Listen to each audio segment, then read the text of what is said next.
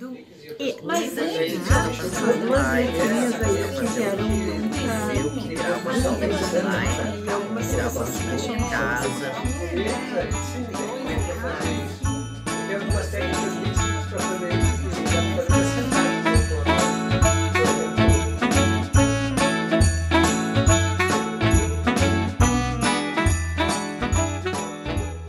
Olá, bem-vindos, como estão todos? Espero que todos bem, se cuidando, ficando em casa, pois esse é o motivo das nossas videoaulas de teatro aqui no Cine Bancários e todas as nossas outras aulas, ginástica, dança de salão, yoga, inglês. O motivo é para a gente ficar em casa, mais aprimorar o conhecimento e se movimentar. Não podemos ficar sedentários. Eu sou Adriane Azevedo e eu converso aqui com vocês sobre arte, sobre teatro. Estamos com algumas aulas sobre os elementos do teatro, mas no meio também eu vou colocando algumas outras informações, lendo histórias, contando histórias, falando sobre alguns textos, não é, de teatro, para que vocês conheçam também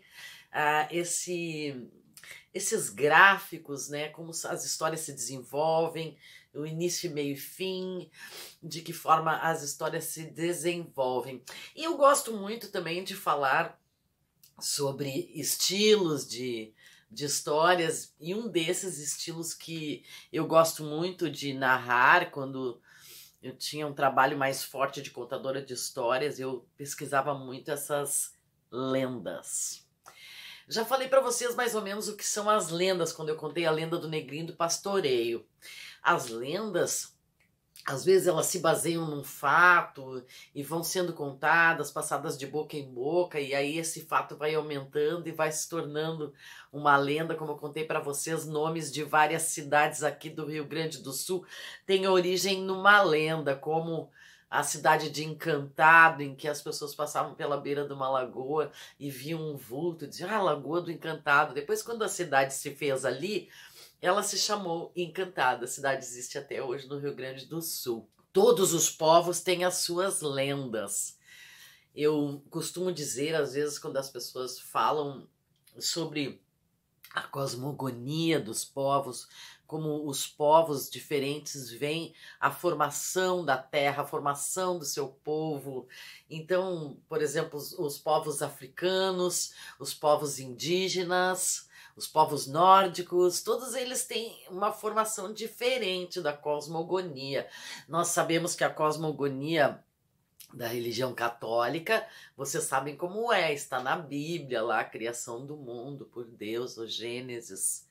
Então todos os povos têm mais ou menos uma cosmogonia, que é essa história de que os povos explicam como o mundo começou e como eles mesmos apareceram aqui na Terra.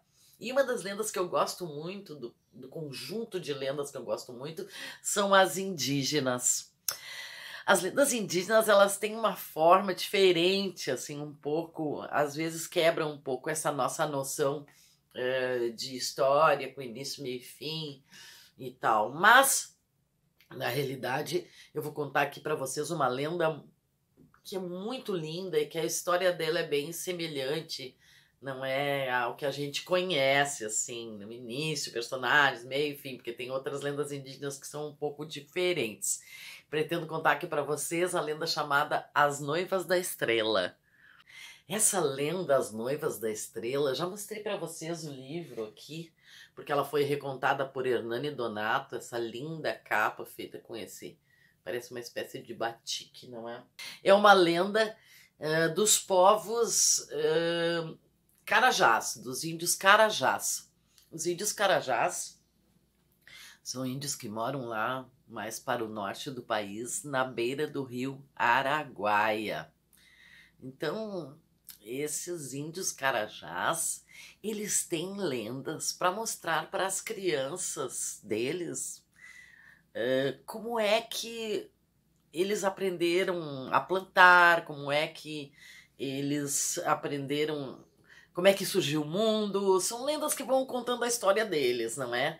Os Carajás, eles eram um povo que vivia do extrativismo. Eles iam lá, entravam na floresta e pegavam frutos, caçavam animais, pescavam, não é? No início da sua história. Depois eles aprenderam a plantar, aí pegar sementes, a roçar, a plantar, a colher. Então esta lenda vai mostrar como eles aprenderam a plantar dentro desse imaginário deles, não é? Os Carajás são um povo tupi, de origem tupi, não é? Do tronco tupi. E eles se dividem em algumas tribos lá, eles moram lá próximo da ilha do Bananal, que é um lugar muito interessante. Eles têm uma série de divisões entre o que os indígenas homens fazem, o que as indígenas mulheres fazem. A maioria habita lá aquele estado do Tocantins, não é? Nessa ilha, então, do Bananal, tem muitas aldeias deles, eles são divididos em 3 troncos e várias aldeias. Então, como eu disse, eles dividem o trabalho entre homens e mulheres. Os homens vão lá, caçam, fazem um extrativismo antigamente, né, antes de eles conhecerem o plantio, e as mulheres iam lá e recolhiam e preparavam. Mas hoje em dia, como eles sabem plantar, então as mulheres também ajudam na colheita dos alimentos, para que eles tenham então esta forma também de alimentação, não só extrativista, porém também plantem. As indígenas Carajás são muito conhecidas porque elas fazem um artesanato que nem os nossos indígenas aqui, que a gente conhece, ali da Lomba do Pinheiro, ali do Lami, os caingangues, os guaranis. Eles também fazem aquele artesanato, aqueles bichinhos em madeira, aquele artesanato dos cestos, pois lá elas fazem, as índias Carajás, bonecas de barro. É um artesanato muito conhecido delas. Lá, se vocês procurarem no Google, vocês vão ver bonecas de barro das indígenas Carajás. Mas essa lenda, As Noivas da Estrela, que eu mostrei para vocês, essa coleção é muito bonita. Tem um outro livro que eu gosto muito que chama Barca da Tartaruga. As Noivas da Estrela, então, se passa numa tribo Carajá, à beira do rio Araguaia, que eles têm um outro nome para esse rio, nome indígena, assim como eles também se chamam diferente de Carajás, eles têm um outro nome para eles próprios. Depois vocês pesquisam isto.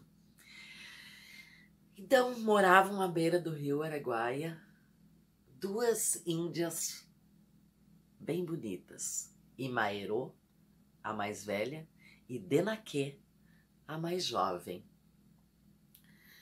Um dia, quando o pai delas, não é, vinha voltando do seu trabalho diário de caçar, pescar e recolher frutos, ele viu Imaerô sentada, olhando para o céu.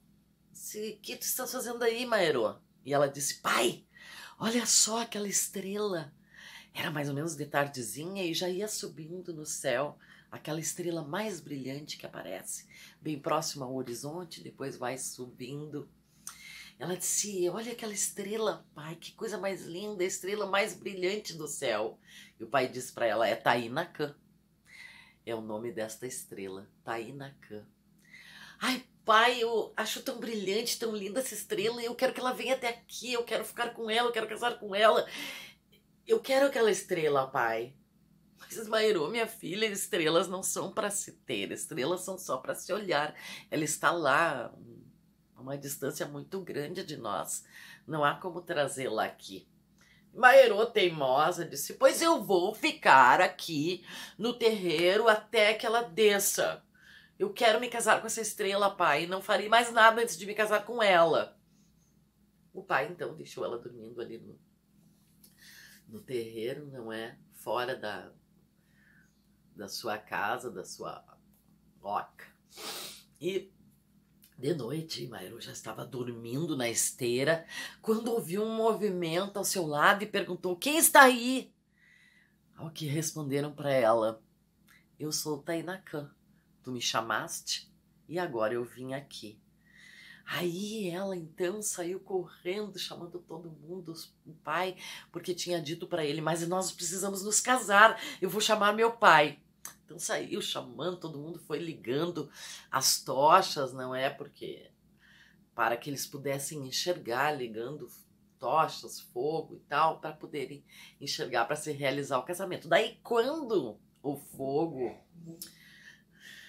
fez clarear e ela pôde enxergar Tainacã, o que ela viu foi um velhinho, bem velho mesmo, cabelos brancos, enrugado, o corpo meio dobrado. Ela então olhou e disse: mas eu não quero me casar com esse velhinho. Como é que eu vou fazer? Eu preciso de um marido que me sustente, que me proteja. Ele é um velhinho, quase morrendo, ele não vai poder fazer nada por mim. E Tainacã disse: mas eu estava lá, sabe, quieto no meu lugar.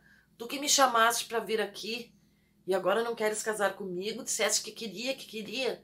Pois é, mas acontece que eu imaginei que Tainacã fosse um índio bonito, jovem, que pudesse me sustentar, que pudesse me proteger. Esse velhinho aí eu não quero casar. Tainacã começou a chorar. Começou a chorar e ficou muito triste. Estava mesmo magoado, afinal de contas ele tinha vindo para casar e Maerô não queria. Denaquê, a outra irmã, que tinha um coração muito grande, ficou triste de vê-lo assim e disse: eu me caso contigo, Tainacã. Eu não me importo que tu sejas assim. Então o casamento se realizou. O pai ficou muito contente, a mãe também. E Maerô não quis nem vir no casamento, ficou lá dentro da oca, pagando na esteira, sem querer nem ver o casamento. Bom, no outro dia, depois que foi feita a cerimônia, no outro dia de manhã, os dois levantaram, Denaquê e Tainacã, e Tainacã disse: pois é, agora eu vou fazer o meu trabalho, vou buscar comida para a nossa família. E Denaquê perguntou: mas como tu és tão fraquinho? Como é que tu vai caçar, pescar? Tu és um idoso, estás fraco. Ele disse: vocês, os carajás, acham que só existe um jeito da gente ter comida, que é pegar nas árvores ou caçar e pescar.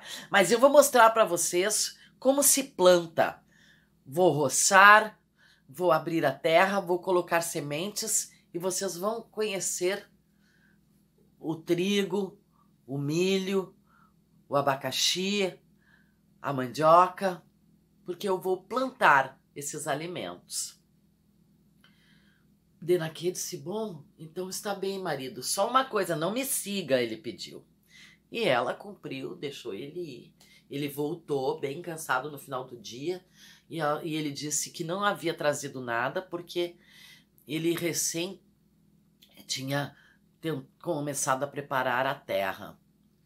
Acontece que quando ele sai da aldeia, sem ninguém ver, ele vai se transformando num índio jovem, alto, grande, forte e bonito.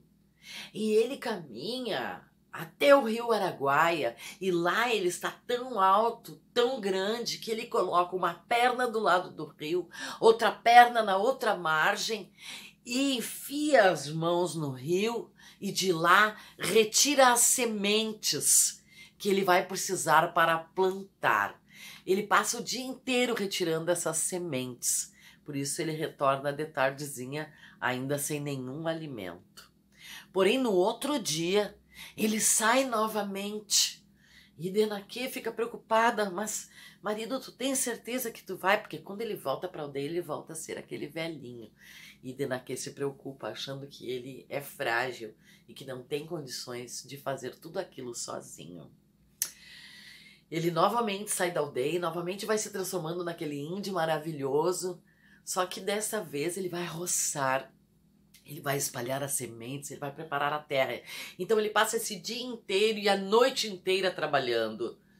E Denakê, quando acorda de manhã, não vê o seu marido, fica muito preocupada.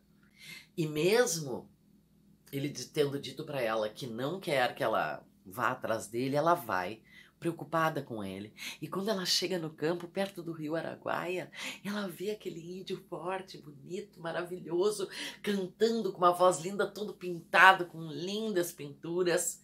Ela então sai correndo e se abraça nele. Tainakã não fica brabo. Ele entende que ela estava lá porque estava preocupada com ele. E ele, então, desculpa ela por ter desobedecido ele. Mas os dois voltam para a aldeia. E quando chegam na aldeia e todo mundo vê aquele índio maravilhoso, o que acontece? Imaerô quer ele de volta. Imaerô diz: mas fui eu que pedi para ele vir. Fui eu que fiquei lá no terreiro esperando ele. Foi para casar comigo que ele desceu. E as duas ficam então vendo, discutindo. Denakê diz: pois é, mas você não quis ele.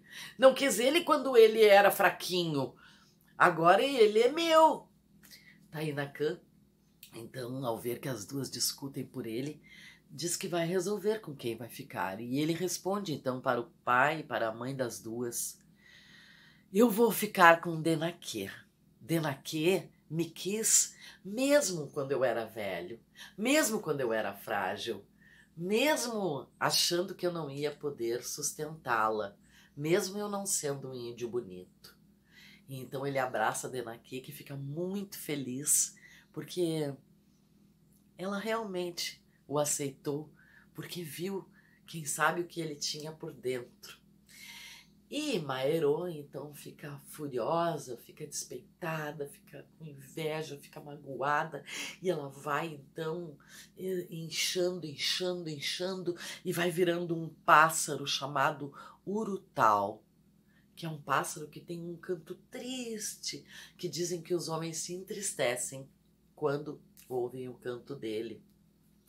E esse pássaro, no entardecer, ele pia triste olhando para o céu. Dizem que é Imaerô, chorando por ter perdido a estrela brilhante que um dia ela quis, Tainakã.